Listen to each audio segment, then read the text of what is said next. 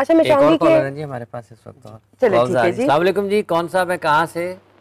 جی میں بات کر رہا ہوں بختیار دالودین سے.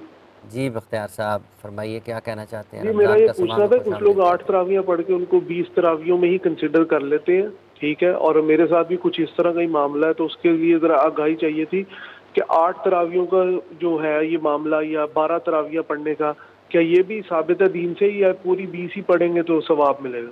بہت بہت شکریہ آپ کا جی. آپ پوچھ رہے ہیں تراویح کی تعداد کے حوالے سے مفتی صاحب کے 8 12 یا 20، کیا 8 پڑھیں، کیا 20 پڑھیں گے تو ہی ثواب ملے گا، یا پھر 8 پڑھیں گے تو ثواب نہیں ملے گا؟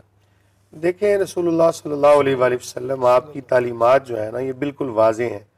رسول اللہ صلی اللہ علیہ وآلہ وسلم آپ اگر کسی عمل پر مواظبت فرمائیں تو وہ امت پر لازم ہو جاتا ہے.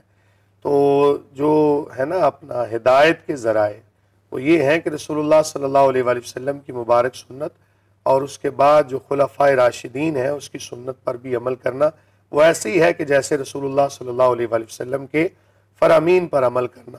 تو جب 20 رکعات جب پڑھتے ہیں تو اس میں 8 تو یقینی طور پہ شامل ہیں، 12 بھی اس میں آ جاتی ہیں. تو اگر بالفرض کوئی بندہ 8 پڑھتا ہے تو صحابہ کرام علیہم رضوان کے دور میں چونکہ 20 رکعات پڑھی جاتی تھیں اور جماعت کے ساتھ رسول اللہ صلی اللہ علیہ وآلہ وسلم کا فرمان کہ میری اور میرے خلفائے راشدین کی سنت کو مضبوطی سے تھام لو. تو اس لیے میں تو یہی سمجھتا ہوں بہتر کہ 20 رکعات ہی پڑھنی چاہیے کہ اسی کے اندر عافیت ہے. اور جب اختلاف کہیں پایا جائے تو اس میں کوشش یہ کرنی چاہیے ایسا عمل کریں کہ بالکل اختلاف ختم ہو جائے. تو 20 جب پڑھیں گے تو 8 اور 12 تو اس میں یقینی طور پہ شامل ہو جائیں گی. تو یہ میرا خیال ہے اس سے پہلے بھی ہم نے ایک پروگرام میں یہ حضرت عائشہ رضی اللہ تعالیٰ سے کوئی روایت ہے کہ 6 یا 8 کی بھی؟ دیکھیں اس وہ میں جو بھی ایک اور تفصیل آتی ہے. میں عرض کرتا ہوں رسول اللہ صلی اللہ علیہ وآلہ وسلم کا جو مبارک عمل رمضان اور غیر رمضان میں، حضرت عائشہ رضی اللہ تعالیٰ عنہ فرماتی ہیں کہ رمضان اور غیر رمضان میں یہ جو عمل ہے نا یہ تو یقینی ہوتا تھا، یعنی اس سے کم رسول اللہ صلی اللہ علیہ وآلہ وسلم نے ادا نہیں فرمائی. اب کچھ لوگ اس سے دلیل پکڑتے ہوئے کہہ دیتے ہیں جی 8 پڑھ لینی چاہیے. تو وہ جو عبادت ہے نا رمضان اور غیر رمضان وہ تو یقینی ہے.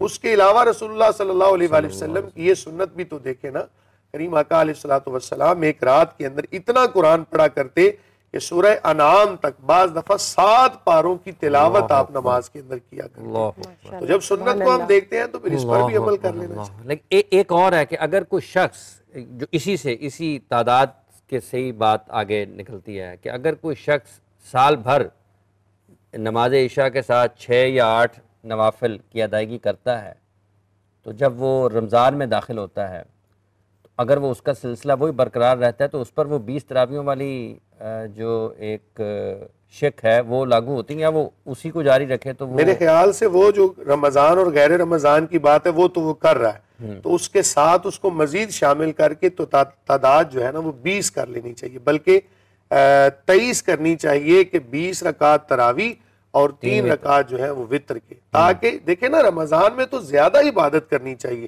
تو جو پہلے اس کا تسلسل ایک چلتا آ رہا ہے اس کو تو نہ توڑے، اس کو تو اسی طرح جاری رکھے. اب اس کے بعد مزید جو عبادت کرے گا نا تو اس کا زیادہ ثواب. یہ اپنی ہمت پر ہے، جتنے زیادہ عبادت کر سکے نوافل پڑھ سکے اتنا ہی زیادہ ثواب ہوگا. چونکہ حدیث پاک میں آتا ہے من قام رمضان ایمانا و احتسابا غفر له ما تقدم من ذنبہ.